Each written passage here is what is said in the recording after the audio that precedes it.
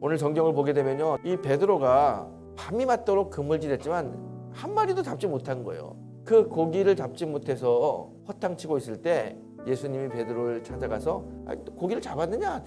고기 못 잡았다는 거예요. 근데 예수님이 뭐라 그래요? 우리가 다 아는 대로 깊은 곳에 가서 그물을 던져라 그랬어요. 깊은 곳에 그물을 던졌어요. 근데 고기가 많이 잡혔어요. 오늘 그 이야기를 하는 겁니다. 오늘 본문 속에 나오는 베드로는 나름대로 갈릴리 호숫가에서 잔뼈가 굵은 사람이고요, 고기 잡는 데는 남들보다 뛰어난 실력이 있다고 생각하는 사람이에요. 그런데 밤새도록 그물질했어요. 밤새도록 한 마리도 못 잡았어요. 그때 예수님이 베드로에게 딱 가서 이야기합니다. 베드로야, 깊은 곳에 가서 그물을 던져라 그래요. 생판 처음 보는 사람이 와가지고 깊은 곳에 가서 그물을 던져요. 지금은 해가 떠가지고 깊은 곳에 고기가 없어요. 깊은 곳에는 고기가 없는 것은 자기가 수십 년 동안 어부 생활하면서 겪었던 경험이고 지식입니다. 그런데 예수님이 깊은 곳에 고기를 던지라는 거예요. 근데 베드로가 깊은 곳에 가서 고기를 던져요. 깊은 곳에 고기를 던질 때 그의 고백을 들어보십시오. 그가 이렇게 이야기합니다. 주여, 내가 밤이 맞도록 수고하였으나 얻은 것이 없지만 이제 말씀에 의지하여 한 번 더 그물을 내리이다. 그때 어떤 일이 벌어져요? 만선을 이루는 그런 축복을 받습니다. 베드로요, 만약에 주님이 말씀하셨을 때 자기의 경험, 자기의 지식을 이야기했다면 절대로 베드로는 그날 고기를 잡지 못했을 겁니다. 그런데 베드로는 자신의 경험과 지식을 다 내려놓고 예수님의 말씀 붙들고 깊은 곳에 가서 그물을 던졌어요. 우리 신앙생활 어떻게 해야 됩니까?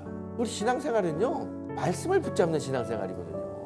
근데 사람들은 이 말씀을 내 경험과 내 지식의 잣대를 가지고 받아들여요. 언제나 자기 중심의 생각이 자꾸 나오니까 하나님의 역사가 나타나지 않습니다. 오늘 이 베드로가요, 말씀을 의지하고 그물을 던졌더니 고기를 잡았어요.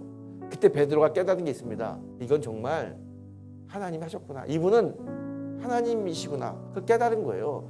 그래서 베드로의 반응을 보십시오. 예수님께 딱 무릎 꿇고 뭐라고 이야기하냐면, 예수님, 저는 죄인입니다. 저를 떠나소서 그래요. 이 베드로가 예수님의 말씀을 붙잡고 이 기적을 봤더니, 그리고 그 말씀을 가지고 자기를 돌아봤더니 자기는 도저히 예수님과 함께 할 수 없는 죄인이고 도저히 주님과 함께 설 수 없는 그런 사람인 걸 알게 됐어요. 그때 예수님이 뭐라고 얘기합니까? 이제 나를 따라오라. 내가 너로 하여금 사람 낚는 어부가 되게 하리라. 그리고 베드로에게 사도의 큰 축복을 내리십니다. 말씀을 붙잡았을 때 그의 삶이 변화되는 놀라운 역사가 일어났습니다. 그런데 우리가 이렇게 말씀을 의지하고 말씀을 붙들고 산다는 게 사실 되게 어려워요. 정말 결정적인 순간에 말씀이 역사해야 될 그 순간에 내 생각이 나오고 내 경험이 나오고 세상의 방법이 나오는 게 우리들의 삶입니다. 마태복음 보게 되면요, 한 청년이 예수님을 찾아왔어요. 예수님을 찾아서 뭐라고 물어보냐면, 예수님, 영생을 얻으려면 어떻게 해야 됩니까? 그래요. 예수님 뭐라고 이야기하냐면, 계명을 지키면 영생을 얻을 수 있다 그래요. 근데 이 청년이 이렇게 이야기해요. 예수님, 하나님이 하신 그 계명 다 지켰는데 또 뭘 지켜야 됩니까? 그때 예수님이 뭐라고 대답하시냐면, 그러면 네가 가지고 있는 재산을 다 팔아서 가난한 자들에게 나눠주고 너는 나를 따르라 그랬어요. 그 이야기를 들은 이 젊은 청년이 성경에 보게 되면 안색이 변해서 돌아갔다 그래요. 그리고 성경 어디에도 그 청년이 예수님을 쫓았다라는 이야기는 없습니다. 그래서 예수님이 다음에 뭐라고 말씀하시냐면 이렇게 말씀하셔요. 부자가 하늘나라 가는 것이 낙타가 바늘길로 들어가는 것보다 훨씬 더 어렵다라고 이야기해요. 이 말씀은 너의 삶의 우선순위를 예수로 돌아가는 이야기예요. 베드로가 이야기한 건 내가 말씀대로 살겠습니다. 이 뜻은 뭐냐면 예수님이 나의 인생의 우선순위로 살겠다는 거예요. 여러분, 사람은요, 자기의 우선순위에 따라서 행동합니다. 반드시 그렇게 돼 있어요. 그래서 예수님은 뭐라고 말씀하시냐면, 우리 삶의 전체가 다 예수님이 우선순위가 되기를 바라고, 그게 바로 말씀을 의지하는 그 삶의 모습이다라고 이야기합니다. 내 인생의 우선순위가 예수가 되어야 되는 거예요.